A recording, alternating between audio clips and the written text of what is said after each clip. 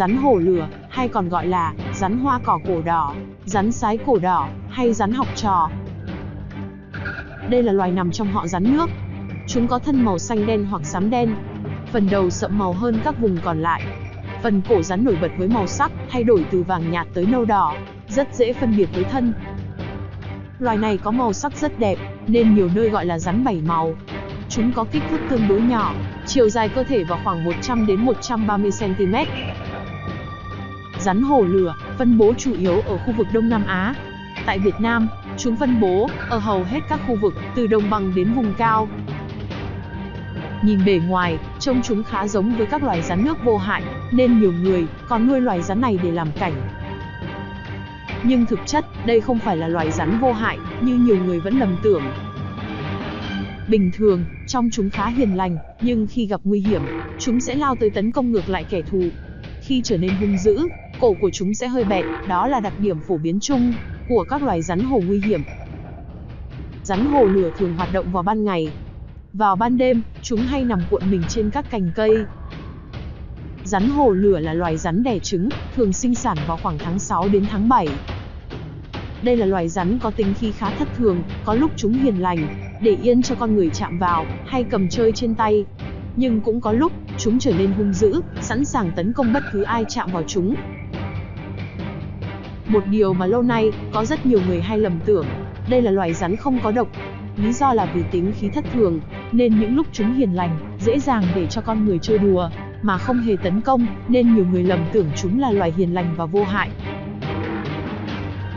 Thậm chí có một số người từng bị rắn này cắn mà không hề hấn gì. Nhưng trái lại, đã có vài trường hợp ở Việt Nam ta ghi nhận, một số nạn nhân từng bị rắn này cắn và dẫn đến tử vong. Lý giải cho trường hợp này, nguyên do đó là rắn hổ lửa không giống như các loài rắn có nọc độc khác, như rắn tràm quạp hay rắn lục đuôi đỏ. Đây là loài rắn rất khác biệt. Loài rắn này không tự sinh ra nọc độc, mà chúng tổng hợp các chất độc từ những con mồi có độc mà chúng ăn được, như cóc, nhái, rết, vân vân. Chúng hấp thụ và tích lũy các độc tố từ thức ăn thành nọc độc. Thức ăn càng độc thì nọc của rắn hổ lửa càng nguy hiểm.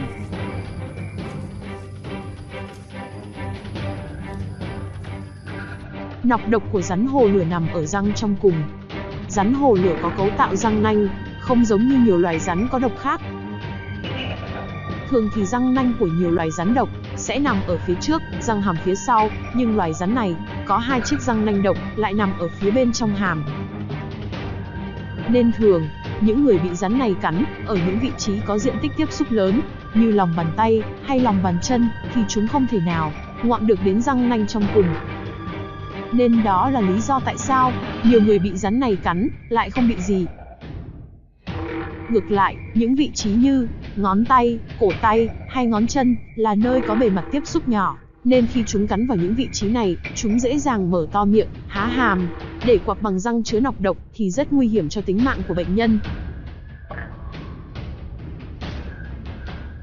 Khi nạn nhân bị rắn hổ lửa cắn, nếu chúng ngoạm hàm răng càng sâu, lượng nọc độc đi vào cơ thể quá nhiều sẽ gây nên bệnh cảnh rất nặng, đặc biệt là rối loạn đông máu.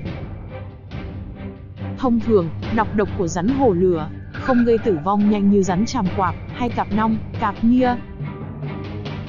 Bệnh nhân sẽ trải qua giai đoạn xuất huyết, chảy máu đa cơ quan, xuất huyết dạ dày, tiêu hóa, đường tiết niệu và tử vong trong bệnh cảnh suy hô hấp rất nặng. Hiện nay, ở Việt Nam, hầu như không có huyết thanh để giải độc rắn hổ lửa, nên những bệnh nhân bị rắn hổ lửa cắn mà bệnh tình diễn biến nặng thì nguy cơ tử vong là rất cao. Hiện tại, chỉ có ở Nhật Bản là nước đang thử nghiệm kháng huyết thanh của loài rắn này. Các chuyên gia giải thích, việc nghiên cứu huyết thanh rất tốn kém, trong khi nhu cầu sử dụng quá ít. Theo thống kê của Bệnh viện Chợ Giấy cho biết, mỗi năm, bệnh viện tiếp nhận khoảng 800 đến 1.000 ca do rắn độc cắn, trong đó chỉ có khoảng 7 đến 10 ca bị rắn hổ lửa cắn, và có khoảng 2 đến 3 ca bị nặng. Số bệnh nhân quá ít là điểm mấu chốt, khiến cho việc đầu tư để nghiên cứu, sản xuất kháng huyết thanh chưa được thực hiện. Trong khi đó, việc sản xuất huyết thanh kháng nọc rắn không đơn giản, phải trải qua nhiều giai đoạn nghiên cứu, thử nghiệm trước khi tạo thành sản phẩm thương mại. và vì nhu cầu sử dụng quá ít, nên thuốc nào cũng chỉ có thời hạn sử dụng nhất định, nếu không dùng tới phải bỏ đi, nên rất tốn kém chi phí. Vì vậy, những bệnh nhân bị rắn cắn, nếu không có huyết thanh kháng nọc, bác sĩ chỉ điều trị triệu chứng. Chẳng hạn, bệnh nhân giảm tiểu cầu sẽ được truyền tiểu cầu, rối loạn đông máu sẽ được truyền máu và các chế phẩm máu. Cách điều trị như vậy chỉ hiệu quả với một số bệnh nhân tới viện sớm, chưa rối loạn nhiều, lượng độc đi vào cơ thể bệnh nhân vừa phải. Nếu lượng độc quá nhiều, thì việc điều trị sẽ trở nên không hiệu quả, và cách này rất thụ động, không thể chủ động trung hòa chất độc như khi có huyết thanh kháng nọc. Ở Việt Nam, cũng đã ghi nhận một vài trường hợp trẻ em bị rắn hổ lửa cắn và dẫn đến tử vong vì không có huyết thanh để giải độc. Vì vậy, khi phát hiện bị rắn hổ lửa cắn, mọi người cần bình tĩnh, rửa sạch vết thương và nhanh chóng chuyển bệnh nhân đến cơ sở y tế gần nhất để được sơ cứu kịp thời. Những người lớn cần lưu ý và hướng dẫn trẻ em không được lại gần, cần phải tránh xa khi bắt gặp bất kỳ loài rắn nào. Hy vọng thông qua video này sẽ cung cấp thêm những thông tin, kiến thức bổ ích về rắn hổ lửa đến cho mọi người. Nếu thấy video bổ ích thì đừng quên ấn like và đăng ký kênh để theo dõi thêm những video mới bổ ích hơn. Còn bây giờ, xin chào và hẹn gặp lại.